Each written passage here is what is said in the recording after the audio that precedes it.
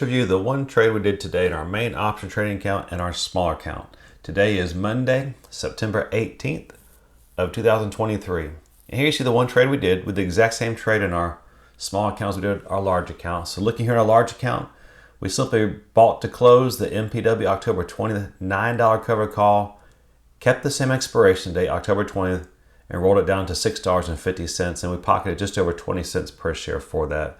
So let me show you why I decided to do that. I thought about not making a video on this, but just kind of want to talk you through the charts here.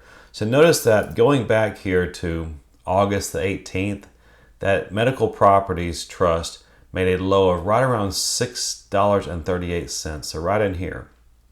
Well, it's been trading right around that area for a few days, but notice that Friday, it breached that area, then today it breached it even more and continued lower. So we have a lower low, lower high on today's candles compared to Fridays, and then Fridays was lower than Thursdays. And Fridays was on fairly high volume, even though we have a little leg there, so it could have been buyers coming in. But with today's bigger down move again, going through that support area, I decided to go ahead and roll it down and out. That support is right at or right above the strike price of 650 is right around or just above this area that should now turn into resistance for it.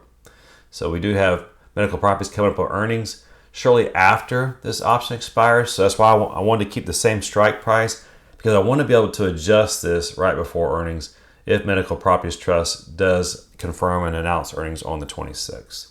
So we'll keep an eye on this position. This one, of course, as you know, has gone against us. I made a video about it this past weekend.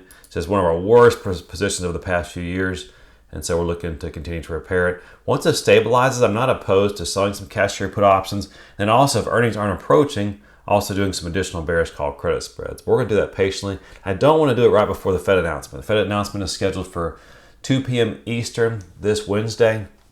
And so whereas I'm not adamant that I won't place a trade between now and then, I do want to make sure that if I do place a trade, that it's one that I really like.